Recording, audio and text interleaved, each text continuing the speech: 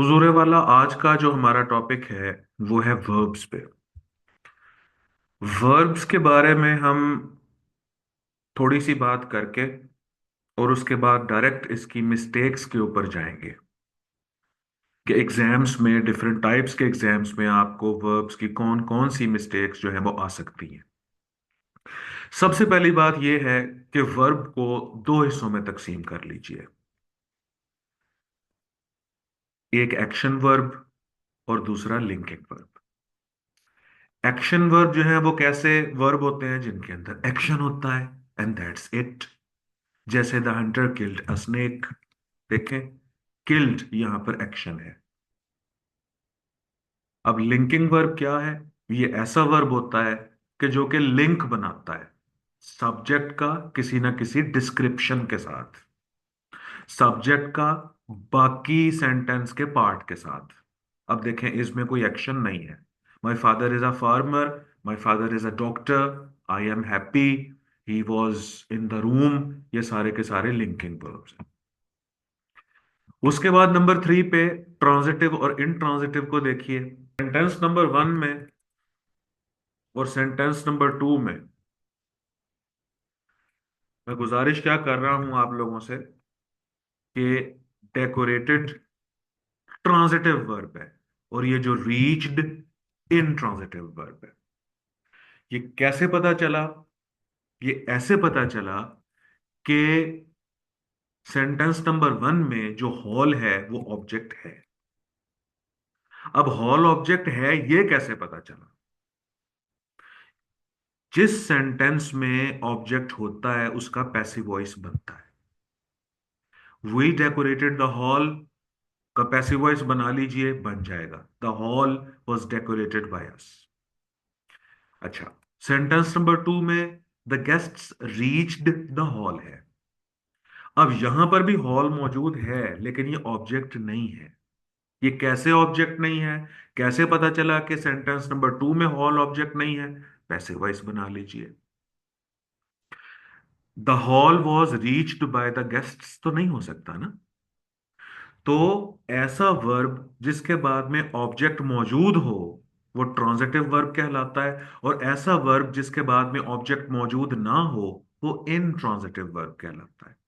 अच्छा, अब अगर मैं आपसे कहूं कि भाई मुझे तो पैसिव वॉइस बनाना ही नहीं आता, तो फिर मैं कैसे पहचानूं कि सेंटेंस में ऑब्जेक्ट है या नहीं है? तो फिर याद रखिएगा कि जो ऑब्जेक्ट होता है वो या तो समवन होता है या समथिंग होता है। देखिए कैसे लिखता हूं। देखिए, अब वी डेकोरेटेड द हॉल में वी डेकोरेटेड समथिंग है ना। अब आप यहां पर ये समथिंग या समवन वाला ट्रिक यूज कीजिए जरा। द गेस्ट्स रीच्ड समथिंग है ये, हॉल समथिंग तो नहीं है। द गेस्ट्स रीच्ड समवन है ये, यहां पर हॉल समवन भी नहीं है। द गेस्ट्स रीच्ड समवेयर है ये। तो जो समवेयर होता है वो ऑब्जेक्ट नहीं होता। वो क्या होता है वो फिर बाद में हम पढ़ेंगे जब अब एडजेक्टिव और एडवर्ब पढ़ेंगे। तो अब आपके पास दो मेथड्स हैं ट्रांजिटिव और इंट्रांजिटिव वर्ब्स को पहचानने के। ट्रांजिटिव वर्ब के बाद ऑब्जेक्ट होता है, इंट्रांजिटिव वर्ब के बाद ऑब्जेक्ट नहीं होता। ऑब्जेक्ट्स को कैसे रिकॉग्नाइज करना है कि ऑब्जेक्ट है या नहीं है?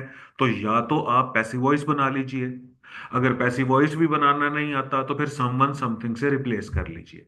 जिया रिसीव्ड मी। देखें, यहां पर अब ये जो मी है ये ऑब्जेक्ट है, यानी कि जिया रिसीव्ड समवन। देखिए, तो जो ऑब्जेक्ट्स होते हैं वो समवन या समथिंग से रिप्लेस हो जाते हैं। ये मैं आपको क्यों पढ़ा रहा हूं? क्योंकि एग्जाम में ट्रांजिटिव और इनट्रांजिटिव वर्ब का एक वेपन यूज करते हुए आपको धोखा दिया जाता है। बस आपने उस धोखे से बचना है। बाज औकात इनट्रांजिटिव वर्ब को ट्रांजिटिवली यूज किया जाएगा और बाज औकात ट्रांजिटिव वर्ब्स को इनट्रांजिटिवली यूज किया जाएगा। एग्जामिनर इस तरह आपको धोखा देता है। वो कैसे धोखा देता है वो मैं आपको चल के आगे बताऊंगा। अच्छा जी, अगला जो पॉइंट है ये फोर्थ पॉइंट बनता है। ये था ट्रांजिटिव और इंट्रांजिटिव वर्ब का थर्ड पॉइंट, और ये फोर्थ पॉइंट। अच्छा, अब हुजूर इन दो सेंटेंसेस को देखिए। पहला सेंटेंस है द फ्लावर्स स्मेल फ्रेग्रेंट या फ्रेग्रेंटली, और द डिश टेस्ट डिलिशियस या डिलिशियसली। अब ऊपर मैंने इसका टैग दिया हुआ है सेंसुअस लिंकिंग वर्ब्स। अच्छा, यहां पर ये जो स्मेल है, सबसे पहले तो ये लिंकिंग वर्ब है, पहले इसको पहचानिए। भाई कैसे लिंकिंग वर्ब है? भाई इसमें एक्शन नहीं है। अगर स्मेल में एक्शन होता तो फ्लावर्स फिर एक्शन डूअर होते। फ्लावर तो कोई भी एक्शन परफॉर्म नहीं कर रहे ना यहाँ पे। दूसरी बात, लिंकिंग वर्ब को पहचानना है तो इज एम आर से रिप्लेस करके देख लिया करें आप। द फ्लावर्स आर फ्रेग्रेंट होगा यहाँ। स्मेल को हटा के आर लगा के देख लें आप। स्मेल फ्रेग्रेंट यानी कि आर फ्रेग्रेंट। अब एग्जामिनर करेगा क्या कि आपको एग्जाम में वो देगा द फ्लावर्स स्मेल फ्रेग्रेंटली, और आप सोचोगे कि हाँ ये स्मेल जो है ये एक्शन है, और एक्शन वर्ब है, और एक्शन को जो मॉडिफाई कर रहा होता है लव्स, वो एडवर्ब होता है, तो यहां पर फ्रेग्रेंटली आना चाहिए। नहीं, ऐसा नहीं है। दूसरा सेंटेंस देखें, द डिश टेस्ट्स डिलिशियस। सबसे पहले, अच्छा, एग्जामिनर आपको क्या कहेगा? डिलिशियसली कहेगा। इसे मैं हटाऊं पहले, स्ट्राइक थ्रू हटाऊं दोनों का। एक मिनट, देखें। एग्जामिनर आपको सेंटेंस नंबर वन में जो फिक्रा देगा वो यूं देगा, ये द फ्लावर स्मेल फ्रेग्रेंटली, और बच्चे कहेंगे बिल्कुल ये जो है स्मेल एक्शन वर्ब है, और इसके बाद एडवर्ब फ्रेग्रेंटली ही आना चाहिए, लिहाजा फ्रेग्रेंटली में तो कोई इशू है नहीं। असल में यहां पर इशू है कि फ्लावर्स नहीं होना चाहिए, फ्लावर होना चाहिए। तो ऐसा नहीं है। अब सबसे पहले तो आप ये पहचानिए कि ये जो स्मेल है ये एक्शन वर्ब नहीं है, लिंकिंग वर्ब है। लिंकिंग वर्ब की मैंने पहचान आपको बता दी। ये ऐसा वर्ब होता है जो कि सिर्फ लिंक जोड़ता है सब्जेक्ट का बाकी हिस्से के साथ। और लिंकिंग वर्ब की पहचान ऐसा करनी है तो उसे इस हमारे से रिप्लेस कर लिया करेंगे। सादा सा टोटका है, बड़ा देसी सा कॉमन सा टोटका है ये। तो द फ्लावर स्मेल फ्रेग्रेंट आएगा यहाँ पे। द फ्लावर्स आर फ्रेग्रेंट करके देखें आप, तो यहाँ पे इस जगह पे फ्रेग्रेंटली नहीं आएगा, फ्रेग्रेंट आएगा। सेंटेंस नंबर टू को देखें, the dish taste delicious. Examiner आपको इम्तिहान में देगा द डिश टेस्ट डिलिशियसली, तो आप ये ना समझिएगा कि ये एडवर्ब चाहिए, क्योंकि टेस्ट यहां पर एक्शन वर्ब है। टेस्ट यहां पर एक्शन वर्ब नहीं है, ये यहां पर लिंकिंग वर्ब है। पहचान करनी है, इज से रिप्लेस करके देख लें। द डिश इज डिलिशियस, ठीक है ना? द डिश इज डिलिशियसली तो हो नहीं सकता, तो द डिश इज डिलिशियस।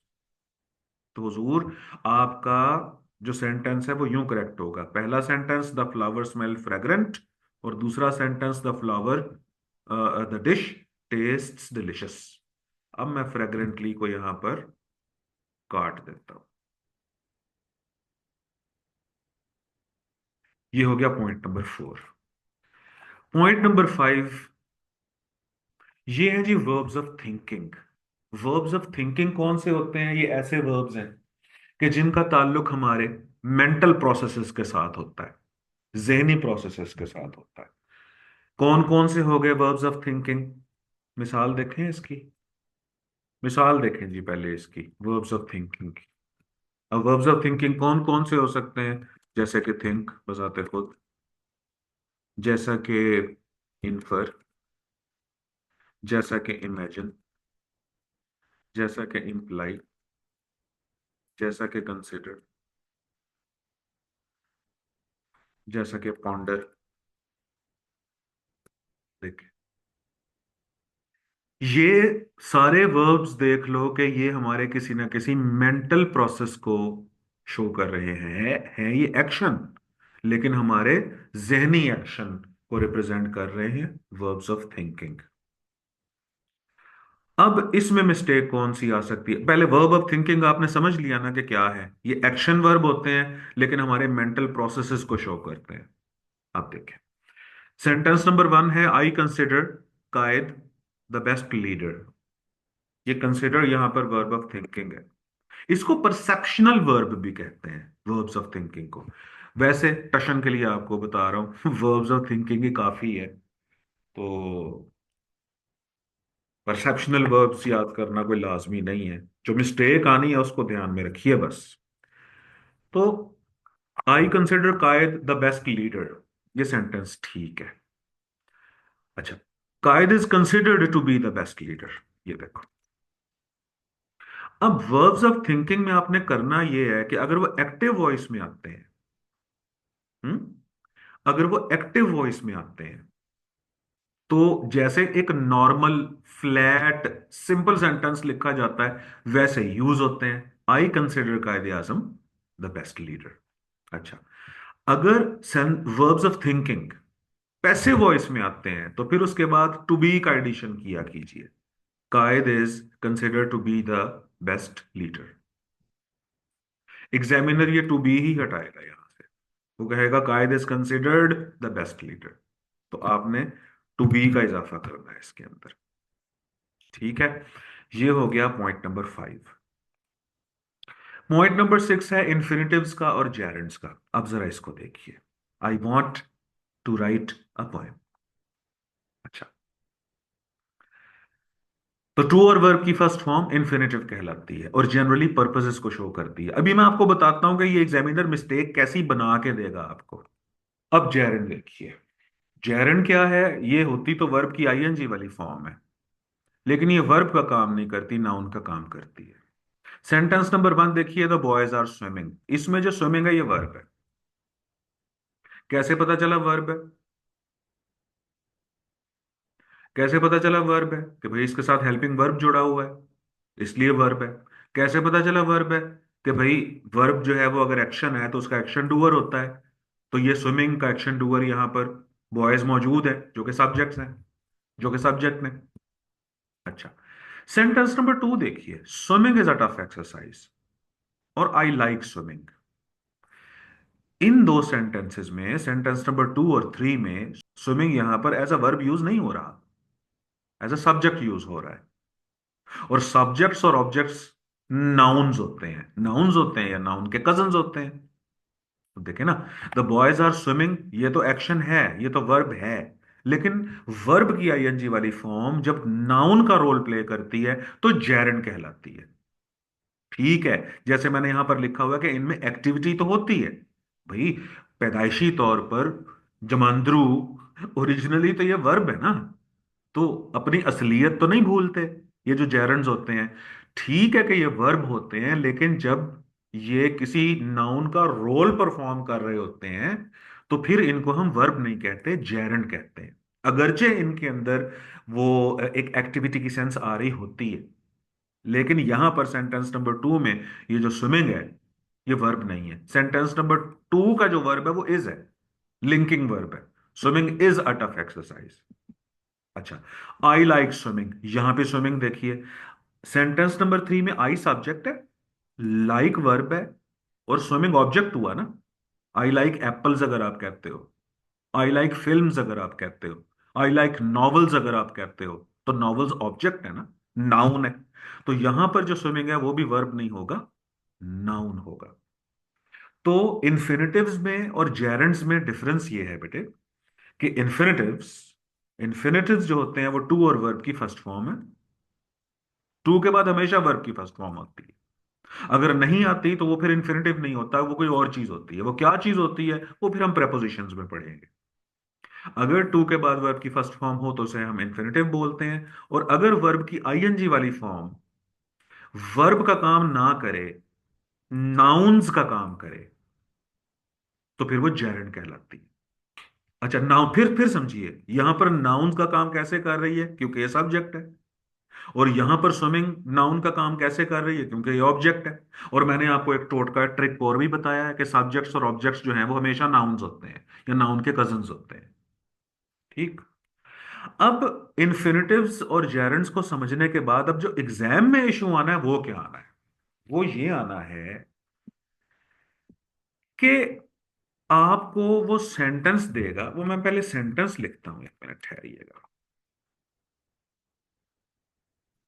देखो, सेंटेंस नंबर 1 देखिए। My father threatened to punish me, या माई फादर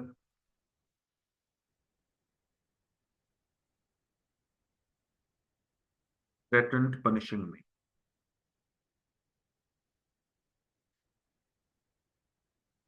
अब मुझे बताओ आप लोग के इन दोनों में से कौन सा सेंटेंस करेक्ट है? थ्रेटन्ड वर्ब है। थ्रेटन्ड के बाद इन्फिनिटिव ने आना है या जेरेंड ने आना है? अब आप लोग मुझे ये समझाओ। एग्जाम में आप लोगों को ये क्वेश्चन पूछा जाएगा। एग्जामिनर क्या करेगा? वो आपको सेंटेंस ये वाला देगा, माई फादर थ्रेटन्ड पनिशिंग मी। ये गलत है। क्यों? कि थ्रेटन्ड के बाद इन्फिनिटिव आता है। ये जो वर्ब थ्रेटन है, इसके बाद इन्फिनिटिव्स आते हैं, जेरेंड्स नहीं आते। अब हमारा काम ये है कि हम आइडेंटिफाई करें कि किन वर्ब्स के बाद इन्फिनिटिव्स आते हैं और किन वर्ब्स के बाद जेरेंड्स आते हैं। अच्छा, अब ये तो भाई इतने सारे वर्ब हैं इंग्लिश में अब कितने वर्ब्स याद करें हम? कुछ वर्ब्स मैं आपको याद करवा देता हूं हुजूर। अब जैसे कि ये मैंने कुछ वर्ब्स लिखे हैं: threatened, pretend, tend, intent, demand, prepare, promise, seem, mean, hope, fail, offer, manage, wait, want, deserve, hesitate, appear और प्लान, आस्क और learn. Hesitate, appear, plan, ask और लर्न। ये तकरीबन 1 2 3 4 5 6 7 8 9 10 11 12 13 14 15 16 17 18 19 20 21 वर्ब्स आपके सामने मैंने लिखे हैं। 21 वर्ब्स आपके सामने मैंने लिखे हैं। भाई इनको तो याद कीजिए ना, इनके बाद इन्फिनिटिव्स ने आना होता है। हम्म। अच्छा, अब इनको याद कैसे किया जाए? इनको अब याद कर लीजिए बाबा ब्लैक शीप की टोन पे। छोटे होते पढ़ी हुई है ना आपने? कैसे पढ़ते थे भला? Baa baa black sheep, have you any wool? Yes, sir, yes, sir, 3 bags full. One for my master, one for the dame, one for the little boy who lives down the lane. अच्छा, इसी tone के ऊपर आप इसको याद कर लें। रोज एक दफा पढ़ लिया करें। कैसे भला? Threatened, pretend, tendon, and demand. Prepare, promise, seem, mean, hope. Fail, offer, manage. Wait, won't deserve. Hesitate, appear. Plan, ask, learn. तालिया। ठीक है। तो इन 21 वर्ड्स को तो हम याद कर सकते हैं कि इनके बाद जो है वो इन्फिनिटिव्स ने आना है। ठीक है। और देख लेते हैं यहां से। जैसे कि हेजिटेट उठाते हैं, देखें इसके बाद क्या आना चाहिए। हेजिटेट के बाद ही सेंटेंस नंबर 3 बनाते हैं। He hesitates to speak before the audience. ठीक है। अब देखिए, आपके हेजिटेट्स के बाद हमने इन्फिनिटिव्स का यूज किया। एग्जामिनर आपको क्या कहेगा, किस तरीके से आपको धोखा देगा? He hesitates speaking before the audience, तो हुजूर वो गलत होगा। ऑलराइट, चले। अच्छा, उसके बाद हुजूर, अब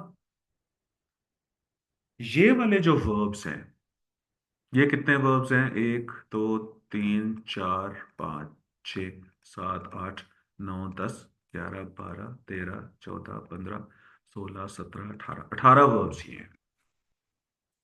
18। अब इन्हें 18 वर्ब्स को याद कर लें कि इनके बाद जेरेंड्स ने आना होता है। इनके बाद जेरेंड्स ने कैसे आना होता है हुजूर, ये देखिए। एक सेंटेंस पहले लिख लूं मैं।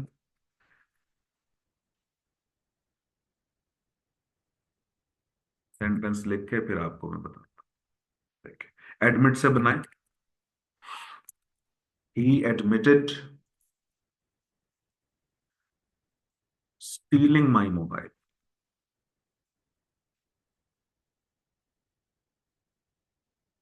देखो जी,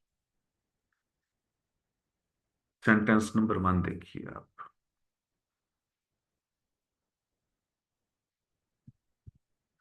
ही एडमिटेड स्टीलिंग माई मोबाइल होगा, टू स्टील माई मोबाइल नहीं होगा।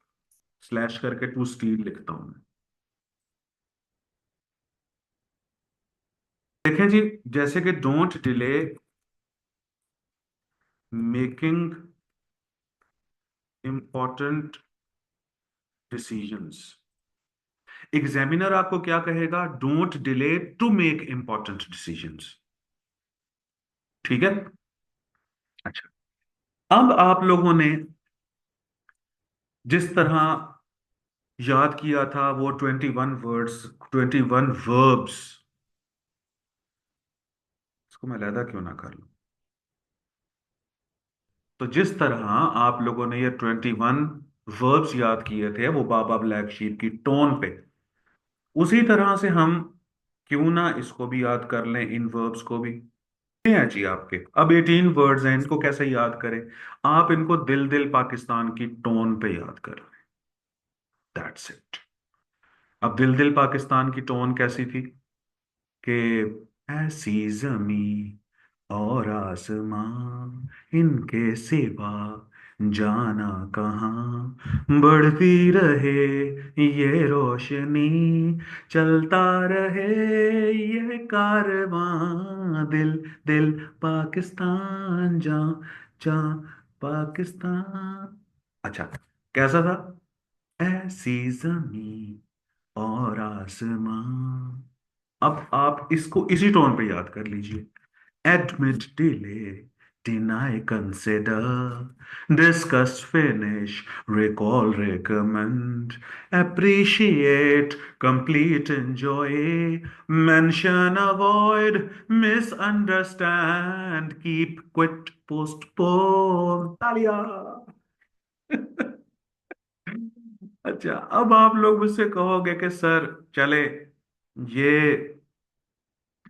जो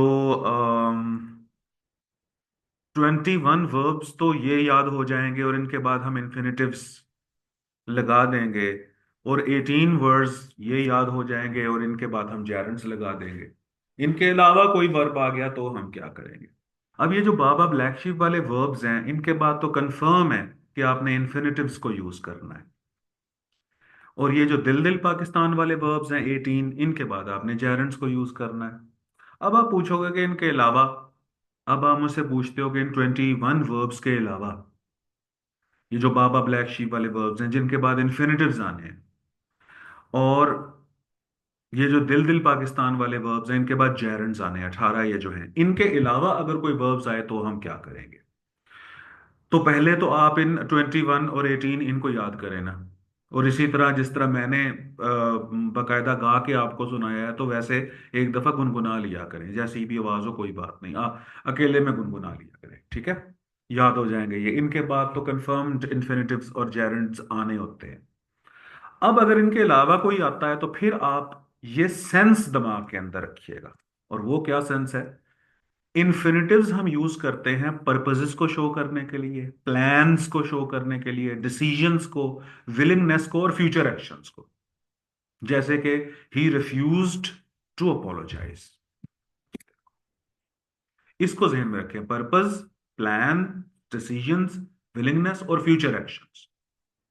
ठीक है। अच्छा, अब यूं नहीं करेंगे आपके ही रिफ्यूज्ड अपोलोजाइजिंग, हम कहेंगे ही रिफ्यूज्ड टू अपोलोजाइज। और आपने जेरेंड्स का भी यूज करने हैं वर्ब्स के बाद कि जब आपने हैबिट्स, एक्टिविटीज और पास्ट एक्सपीरियंसेस को शो करना हो। जैसे he keeps insulting his subordinate, he keeps to insult नहीं आएगा। ठीक। तो ये 6 पॉइंट्स हैं। अगले पॉइंट्स को अब हम डिस्कस करते हैं अगले लेक्चर में।